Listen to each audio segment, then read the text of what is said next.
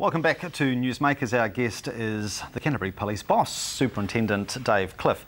I note that one of the big drivers in Canterbury's annual crime rate were drugs and antisocial offences, which were up by 12%, which is a bit of a spike. What do we take from that?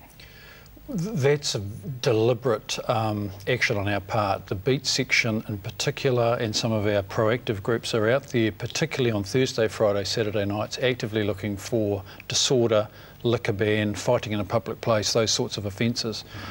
Now, as I said earlier, and probably a good example was we had an incident a couple of weeks ago where our closed circuit television was being monitored. We saw an individual who was drinking alcohol in breach of the liquor ban. From what we could see, they were behaving in a manner that was causing us some concern. They were bothering people, bumping into them, that sort of thing. 3 different occasions we tried to send one of our beat officers to speak to them. Each time they tried to get there, they ended up with another arrest. They couldn't quite get to this individual. And then on the 3rd occasion, we tried to dispatch somebody. This individual, without any provocation at all, punched an innocent member of the public, broke their teeth and committed quite a serious assault. If we had got to that individual earlier as we tried to, it's a classic example of we would have stopped that offence from occurring. We would have stopped that individual having to be treated in hospital. We would have stopped the offender from having to be charged and then end up potentially in court and then in prison. So you can see the benefits of taking people out early before those sorts of incidents occur. Sure. I know last time you were with us, we spent quite a bit of time talking about burglary because there had been this spike. About 18 months ago it started to kick in. Has that remained a concern? It's dropped off in the last few months, but this again is our risk period, particularly with students in the Riccarton area. The perennial problem we have within our student flats, where kids will leave the flat, they'll leave the flat screen television or the laptop insecure and it gets stolen. The vast bulk of our burglaries are not from secure houses. Someone's left it insecure in some way. Either a window's left ajar, a door is unlocked, or they've left an attractive item, such as a flat screen TV in a very obvious place. So it is a real problem. It continues. It's spiked around the country, not so much in Canterbury, fortunately, but it's something we've got to continue to watch, and we need people to take responsibility themselves for their own security. If you discover a burglar in your home, should you confront them? The simple answer to that is no. We'd rather they rang us and we get someone around there as fast as possible. If someone is in an address, that is a top priority offence, and we'll dispatch people as quickly as we possibly can. Obviously there's been a huge amount of publicity about the Law Commission's review of our liquor laws, and there's a long way for this one to travel. Any general impressions? It's very clear that intoxication, the abuse of alcohol, is the biggest single generator of crime in this country. It's what produces the vast bulk of our work, and as we've talked about repeatedly, that all spikes on Thursday, Friday and Saturday night. So dealing with this alcohol issue for police is hugely important. It's not just the crime-related negatives caused by intoxication. It's the number of individuals that end up in our hospital waiting rooms. It's the health and rehabilitation costs that ACC have to pick up. It's the insurance costs. So we are paying a huge price for intoxication, and addressing that is really important. Obviously Christchurch has had this one-way door policy implemented by most central city bars, the vast majority, and it's interesting that the general thrust of that seems to have been picked up by the Law Commission in terms of a maximum entry time and a maximum closing time.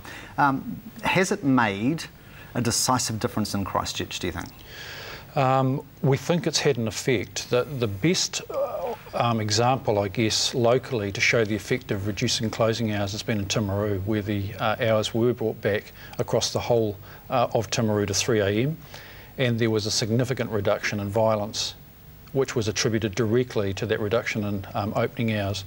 So we do have an objective reference point, which is what's happened in Timaru, and all the evidence does suggest that earlier closure will reduce crime. The Police Commissioner recently called for a decades-old measure to finally be implemented, namely these detox centres, to help take the strain off your police cells and personnel, no doubt. Your thoughts on that? When I started in the police in the early 80s, there was a piece of legislation called the Summary Offences Act, and within that it talked about being able to arrest someone for detoxification and take them to a detoxification centre, and we all looked around and there were none anywhere in the country. that's 30 years ago. Having somewhere that can look after a drunk until they sober up is really important. At the moment, our staff are not nurses and they're not doctors. We most often end up looking after them. Or if they are what we consider to be at risk of choking on their vomit or at serious risk as an alcohol poisoning, we have to take them to the hospital. But either way, there's a large cost, and either us or hospitals having to look after them, and detoxification centres would be of enormous value. Just a quickie on party buses in Christchurch, because there are, I think, 28 applications being made at the moment for liquor licences, and the police and I think the City Council are both opposing these applications. Why? We have real concerns about the number of people who are seriously intoxicated being deposited in the central city off buses. The numbers of stories, accounts of that cross my desk are a real concern, and hence we, along with the Christchurch City Council, are very interested in stopping that practice. If they weren't depositing the passengers in the city centre, would that be okay? The real concern for us is, there's twofold. A busload of heavily intoxicated people is inherently unsafe. What they choose to do in respect to disturbing or distracting the driver is of enormous road safety risk. And I think any of us who have been in a situation where we've seen vehicles full of drunks, they are distracting, they're loud, they can't be reasoned with, and that presents its risks on its own. But anywhere where people are becoming dangerously intoxicated presents significant risk, not only of committing offences, but also of self-injury. And I can't overstate that enough, that it causes real problems, not only for us, but also for hospitals. The government is also being pressed to lower the drink driving limit in line with most Australian states. The AA is not convinced that a lower limit will have the desired outcomes. What about the police? It's our policy that we strongly support a reduction in the drink drive limit to the same levels of Australia. The evidence around the effect of that is unequivocal. There was a significant reduction in alcohol-related road crashes when the alcohol limits were reduced.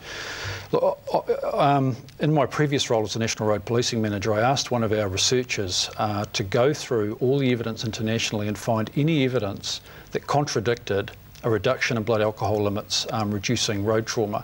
He couldn't find any. There were around 70 studies from around the world. There are no recent studies because most other jurisdictions have done this 20 or 30 years ago, but in every case it was exactly the same. There's a difference in the effect, but in every case the effect was positive. It will reduce the number of people who get killed and injured in road crashes, and it's as simple as that.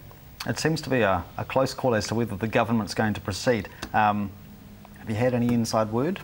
It's very much a decision for government, and we've certainly made our feelings on that one pretty clear. Sure. All right. In a moment we'll have a look at the rising incidence of attacks on officers and other issues. Do stay with us.